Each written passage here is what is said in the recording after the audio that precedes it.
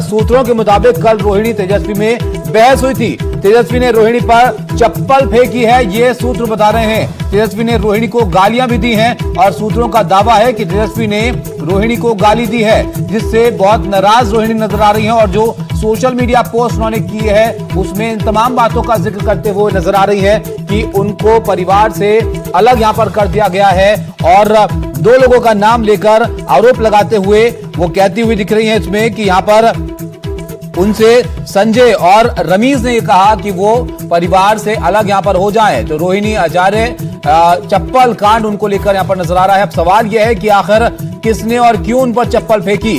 कल रोहिणी तेजस्वी में बहस हुई थी, ये बातें यहां पर सामने आ रही हैं। अब चुनाव के बाद अचानक से ऐसा क्या हो गया कि रोहिणी आचार्य इतनी नाराज हो गई कि परिवार से अलग होने का उन्होंने फैसला कर लिया। ये तमाम सवाल हैं जो यहां पर खड़े हो रहे हैं। इसके अलावा क्या उन्होंने कहा अपने ट्वीट में, ये भी आपको यहां पर बता देते हैं। रोहिणी आचार्य सोशल मीडिया पर वो लिख रही हैं कि मेरा कोई परिवार नहीं है। संजय यादव, रमीज और तेजस्वी यादव से पूछिए, उन लोगों ने मुझे परिवार से निकाला है और पूरा देश पूछ रहा है कि पार्टी इतनी नाकाम क्यों हुई। इस पर वो सवाल जो है जानना चाह रही थी, प्रतिक्रिया उन्होंने दी, उसमें उन्होंने ये बातें यहां पर कही हैं। इसके अलावा एक और पोस्ट अभी उन्होंने किया कुछ देर पहले, जिसमें उन्होंने फिर से इन बातों को यहां पर दोहराया है और ऐसे में ये बड़े सवाल यहां पर खड़े हो जाते हैं कि या लालू प्रसाद यादव के परिवार में क्या सब कुछ ठीक है। यहां पर क्या कह रही हैं रोहिणी आचार्य, ये बहुत महत्वपूर्ण है बातें। वो कह रही हैं कि कल एक बेटी, एक बहन, एक शादीशुदा महिला को जलील किया गया है। हमारे सहयोगी अलग अलग जगह से हमारे साथ जुड़े हैं। मनोज भारती हैं, पटना से लाइव हैं, प्रभाकर पटना से जुड़े हैं, प्रशांत और शिवम भी हमारे साथ हैं। शिवम, यहां पर किसने चप्पल फेंकी रोहिणी पर, जरा बताइए। सूत्र ये भी बता रहे हैं कि तेजस्वी से बहस उनकी हुई कल। जी, मैं आपको बता दूं कि कल दोपहर में तेजस्वी यादव और रोहिणी आचार्य की बहस हुई है और जो आरजेडी सूत्रों के हवाले से खबर निकल कर आई है कि तेजस्वी यादव ने रोहिणी आचार्य पर चप्पल भी फेंका है। जो कुछ लोग वहां पर मौजूद थे उन्हीं के हवाले से ये खबर सामने आई है कि कल तीखी बहस जो है तेजस्वी यादव और रोहिणी आचार्य के बीच हुई है। रोहिणी ने कहा कि जिस तरह से पार्टी की करारी हार हुई है विधानसभा चुनाव में, इसकी समीक्षा होनी चाहिए और हार क्यों हुई उसकी भी इस बैठक में समीक्षा होनी चाहिए। पर तेजस्वी यादव जब जिस तरह से रोहिणी आचार्य ने संजय यादव और रमीज का नाम लिया, जिसके बाद तेजस्वी यादव जो है वो काफी ज्यादा रोहिणी आचार्य पे गुस्सा हो गए और उन पर चप्पल भी फेंक दिया। जी, लेकिन यहाँ पर शिवम एक प्रतिक्रिया हम दिखा रहे थे कि जब निशाना साधा गया था यहाँ पर रोहिणी पर, तो खुद तो डिफेंड कर रहे थे उनको तेजस्वी, उनके तो बड़े यहाँ पर साइड लेते हुए नजर आ रहे थे। और अब ऐसा क्या हो गया कि वहां पर बहस तक नौबत आ गई, तेजस्वी सुनने को तैयार नहीं है यहाँ पर रोहिणी की कोई भी बात। जी, जो जानकारी सामने निकल कर आ रही है कि संजय यादव ने तेजस्वी यादव को सलाह दी थी कि रोहिणी आचार्य से आपको राजनीति में खतरा हो सकता है, उनका कद जो है वो काफी ज्यादा बढ़ सकता है। 2023 की हम बात कर रहे हैं, लोकसभा चुनाव से ठीक पहले तेजस्वी यादव ने खुद रोहिणी आचार्य को कहा था कि आप सारण से लोकसभा का चुनाव लड़िए। उस वक्त रोहिणी आचार्य ने चुनाव लड़ने से मना कर दिया था और उन्होंने कहा था कि अगर मेरे पिता यानी कि लालू यादव चाहेंगे तभी मैं चुनाव लड़ूंगी। जिसके बाद लालू यादव ने रोहिणी आचार्य को कहा कि आप सारण से चुनाव लड़िए, पर रोहिणी आचार्य ने इच्छा जताई थी कि वो पाटलिपुत्रा लोकसभा क्षेत्र से चुनाव लड़ना चाहती हैं।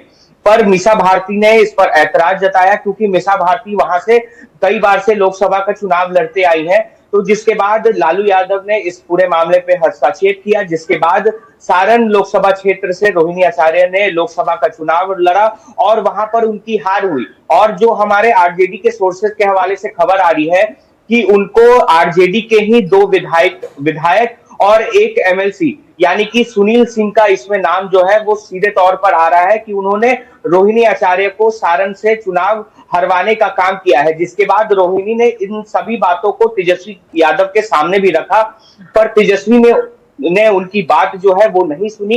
जिसके बाद कल 10 नंबर यानी कि पूर्व मुख्यमंत्री राबड़ी देवी के आवास पर काफी ज्यादा जो तीखी बहस है रोहिणी आचार्य और तेजस्वी यादव के बीच हुई। जी, लेकिन क्या शिवम इसका मतलब यह भी निकाला जाए कि लालू यादव के परिवार में कोई और तेजस्वी के अलावा आगे बढ़े, ये उनके सलाहकार नहीं चाहते हैं? जी, जिस तरह से जो खबरें सामने निकल कर आ रही हैं, जो हमारे आरजेडी के सोर्सेस कह रहे हैं, उसमें यह साफ हो रहा है कि संजय और रमीज जो है वो नहीं चाहते हैं कि तेजस्वी के पैरेलल कोई उन राजद से खड़ा हो और तेजस्वी से किसी और का कद बढ़ जाए। इसी कारण से तेज प्रताप यादव को भी पार्टी से और घर से बेदखल कर दिया गया था और अब रोहिणी आचार्य को भी पार्टी और परिवार से बेदखल कर दिया गया है। बिल्कुल, और अब रोहिणी बहुत आहत यहाँ पर नजर आ रही है। मनोरंजन भारती हमारे साथ हैं। बाबा बहुत आहत हैं, वो अपनी पोस्ट जो वो कर रही हैं उसमें कह रही हैं कि एक बेटी, एक बहन और एक महिला का अपमान यहाँ पर किया गया है, जलील उनको किया गया है। क्या मतलब इसका यहाँ पर निकाला जाए? क्या तेजस्वी परिवार को नहीं संभाल पा रहे हैं? देखिए, जो कुछ हो रहा है लालू परिवार के अंदर वो तो बंद चारदीवारी के अंदर हो रहा है, और इस तरह की जो बातें आ रही हैं अब जिस ढंग से सोशल मीडिया पे रोहिणी आचार्य ने लिखा है, इसका मतलब ये है कि वो बहुत आहत है। बहुत आहत होने के बाद ही कोई व्यक्ति इस तरह का पोस्ट करता है। जब उनके सिर से जब पानी ऊपर चला जाए तभी आदमी जो है सोशल मीडिया या पब्लिक में आता है। लेकिन सबसे बड़ा सवाल ये है कि दो पेटियार्क जो बड़े लोग हैं, लालू यादव और राबड़ी देवी, वो क्या कर रहे हैं? क्या उनकी जिम्मेवारी नहीं बनती है कि इन सारे बच्चों को बैठा करके एक साथ बात किया जाए? क्या वो भी किसी दबाव में है? क्या उनको अच्छा लग रहा होगा कि रोहिणी आचार्य जिस ढंग का पोस्ट कर रही है, और क्या उससे क्या परिवार के बारे में क्या कहा जाएगा बाहर? तो मुझे लगता है कि सभी बड़ों को एक साथ इकट्ठा होने की ज़रूरत है। लेकिन रोहिणी का जो पोस्ट है, कल रात में जब रोहिणी यहाँ से पटना से जा रही थी तब मीडिया से बात किया था, तब भी वो रो रही थी एक तरह से, और उसके बाद जिस ढंग का ये उन्होंने पोस्ट किया है वो दर्शाता है कि वो कितनी हर्ट है, उनके साथ क्या किया गया है। ये सारी चीज़ें दोहराने की ज़रूरत नहीं है। लेकिन घर की कोई एक बेटी इस तरह का पोस्ट करे, वो निश्चित रूप से किसी भी फैमिली के लिए, किसी भी पॉलिटिकल पार्टी के लिए बहुत अच्छे संकेत नहीं है। बिल्कुल, और इस पोस्ट के साथ जिन लोगों का जिक्र वो कर रही हैं बाबा, ये भी बहुत महत्वपूर्ण है इनके बारे में बात करना। प्रभाकर, जरा बताइए, संजय यादव और रमीज जिसको लेकर वो कह रही हैं कि इन्होंने कहा मुझसे ये फैसला यहाँ पर लेने के लिए, इनकी क्या भूमिका है? और क्या तेजस्वी के ये जो सलाहकार हैं इनके इशारे पर तेजस्वी चल रहे हैं, ये यहाँ पर संकेत मिल रहे हैं? संजय यादव जो है वो तेजस्वी यादव के गेटवे हैं, यानी कि तेजस्वी यादव तक आपको अगर पहुंचना है तो संजय यादव ही वो जरिया हैं जो आपको तेजस्वी यादव तक पहुंचा सकते हैं। तो एक तरह से पूरे तेजस्वी यादव का इकोसिस्टम है वो संजय यादव कंट्रोल करते हैं। वो खुद भी राज्यसभा एमपी हैं, और रमीज जो है वो संजय यादव के संजय हैं, यानी कि जैसे तेजस्वी यादव के लिए संजय यादव महत्वपूर्ण है, वैसे संजय यादव के लिए रमीज महत्वपूर्ण है। तो यानी ये दोनों व्यक्ति जो हैं ये मिल के टिकट किसको मिल रहा है, पार्टी की स्ट्रैटेजी क्या होनी चाहिए, उसका जो पूरा सोशल मीडिया हैंडल है, चाहे वो तेजस्वी का हो या राजद का हो, यहाँ तक कि तेजस्वी को कैंपेन में टी शर्ट और जीन्स में जाना चाहिए कि कुर्ता और पजामे में जाना चाहिए, ये सारे डिसीजन भी वो लेते हैं। तो वो पूरे राजद के सिस्टम में, इको सिस्टम में काफ़ी मजबूत हैं। काफ़ी दिनों से हमने पहले देखा है कैसे तेज प्रताप यादव ने पहले संजय यादव पर हमला किया, लगातार उनका नाम लिया, बाद में उन्हें पार्टी से बाहर कर दिया गया, अब वो घर से बाहर भी रह रहे हैं, और उसके बाद रोहिणी आचार्य का नाम आया। ये जो पूरा मामला उठा है ये मामला हार के बाद हुआ है, यानी कि जब नंबर्स इनके कम हुए हैं तो उसके बाद जिम्मेवारी लेने की बात हुई, जिसमें रोहिणी आचार्य आई, और रोहिणी आचार्य जो उन्होंने कहा कि अब ये जिम्मेवारी किसकी है, अगर कोई चाणक्य बनता है तो उस चाणक्य को इस हार की जिम्मेवारी नहीं पड़ेगी, यानी कि वो संजय यादव को बोल रही थी। और उसी पर तेजस्वी यादव अपना आपा खो बैठे। जैसे हमारे सूत्र बता रहे हैं कि उनके काफ़ी तीखी नोकझोंक हुई और चप्पल फेंकने की भी बात आ रही है, हालांकि हम इसकी पुष्टि नहीं कर रहे हैं, लेकिन चप्पल फेंकने की भी बात आ रही है। और ये पूरा जो मामला है इसके अगर बैकग्राउंड में जाएंगे तो दो टिकट है ऐसे हैं, छपरा सिवान, जहां से पिछले लोकसभा में रोहिणी लड़ी थी, वहां से दो व्यक्तियों के लिए टिकट मांग रही थी। राजद का जो अपना इंटरनल सर्वे था उसमें उन व्यक्तियों का नाम नहीं आया था, इसलिए उन्हें टिकट नहीं दिया गया। हालांकि वो जिन्हें टिकट दिया तेजस्वी यादव ने, वो दोनों व्यक्ति जो है वो सीट जीत गए और दोनों सीट उन्होंने जीत लिया है। लेकिन उसके बावजूद भी रोहिणी इससे काफी आहत थी कि उनके कहने पर दो व्यक्तियों को टिकट नहीं दिया गया। इसी पे वो बहस कर रही थी। जब कल आई तो उनकी लगातार तीखी बहस हुई, वहां संजय यादव भी मौजूद थे, और तब उन्होंने ट्वीट किया और हमने देखा कि कैसे वो रोते हुए एयरपोर्ट पर से अपने परिवार के खिलाफ बोलते हुए चले गई।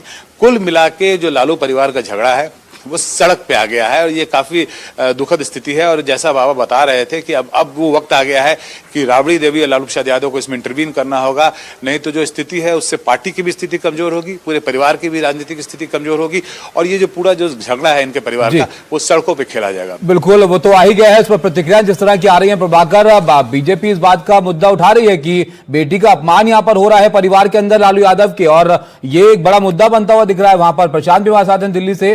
प्रशांत, बताइए कहां पर है रोहिणी आचार्य? अभी कोई मनाने की कोशिश उनको होती हुई नजर आ रही है क्या? नहीं देखिए, कुछ ही देर पहले रोहिणी आचार्य का जो नया पोस्ट आया है, जो ट्वीट आया है ताबिश, उससे तो नहीं लगता है कि बनाने की कोशिश हो रही है, और बनाने की अगर कोशिशें हो भी रही है तो वो मानने को तैयार नहीं है। क्योंकि रात में जिस तरह से वो बयान देकर निकली पटना से, कहा जा रहा है वो दिल्ली में ही कहीं मौजूद हैं, वो सिंगापुर रहती हैं, आप जानते हैं, तो हो सकता है वो सिंगापुर जाने वाली हों। लेकिन अभी कुछ देर पहले अगर इस तरह का पोस्ट कर रही हैं रोहिणी आचार्य, इसका मतलब बात नहीं बनी है, बल्कि अब तो और उनके जो तेवर हैं और उनके जो शब्द हैं वो और तल्ख हो गए हैं, और उन्होंने साफ साफ कह दिया है कि उनको अनाथ कर दिया गया है, मायके से जुदा कर दिया गया है। तो इस तरह की अगर भाषा रोहिणी आचार्य इस्तेमाल कर रही हैं तो ये अच्छे संकेत नहीं है। इसका मतलब है कि बात नहीं बनती दिख रही है। मैं जो प्रभाकर बोल रहे थे ताबिश, उसमें एक चीज़ और भी जोड़ दूँ कि पहले ये खबर आई थी कि दानापुर से लालू परिवार के किसी सदस्य को टिकट मिलेगा, लेकिन जैसे ही बीजेपी ने रामकृपाल यादव का नाम अनाउंस किया तो कहा जाता है कि उसके बाद लालू परिवार ने वो फैसला बदल लिया, क्योंकि रामकृपाल यादव पहले मीसा भारती को 2 बार लोकसभा चुनाव में हरा चुके थे। तो रोहिणी आचार्य की भी चुनाव लड़ने की चर्चा थी, अटकलें थी विधानसभा चुनाव में, लेकिन उसके बाद जाहिर है वो चुनाव नहीं लड़ी। तो लगता नहीं है कि मनाने की कोई कोशिश अगर हुई भी है तो वो मानी है, और वो लगातार अब अपनी बात पर कायम ही है। तो ये तो अच्छे संकेत नहीं है। क्या चुनाव लड़ना चाह रही थी, ऐसी भी कोई खबर है? ये एक वजह हो सकती है नाराजगी की? नहीं देखिए, पिछले साल तो लोकसभा चुनाव उन्होंने लड़ा ही था राजीव प्रताप रूडी के खिलाफ, सारण लोकसभा क्षेत्र से, हालांकि वो 13-14 हज़ार वोटों से हार गई थी। इस बार जैसा मैंने कहा, ये अभी मैं इस बात की तस्दीक नहीं कर पाऊंगा कि वो रोहिणी आचार्य का ही नाम था, लेकिन संभवतः उन्हीं का नाम था दानापुर विधानसभा चुनाव से लड़ने के लिए। लेकिन जब बीजेपी की तरफ से रामकृपाल यादव का नाम अनाउंस किया गया, तब कहा जाता है कि लालू परिवार ने अपना फैसला बदल दिया और फिर रीतलाल यादव को ही टिकट दिया गया। तो ये एक चर्चा थी उस वक्त। अभी जो लड़ाई शुरू हुई है, क्या उसकी वही वजह है? उसकी कई वजह होंगे, वो पहले से चली आ रही जो जाहिर तौर पर कई सारी वजहें होंगी प्रशांत, तभी बात यहां तक पहुंची है कि खुले मंच पर वो इस बात को कह रही है कि परिवार उनका कोई नहीं है। इतनी तक बात तक नाराजगी पहुंच गई है यहां पर।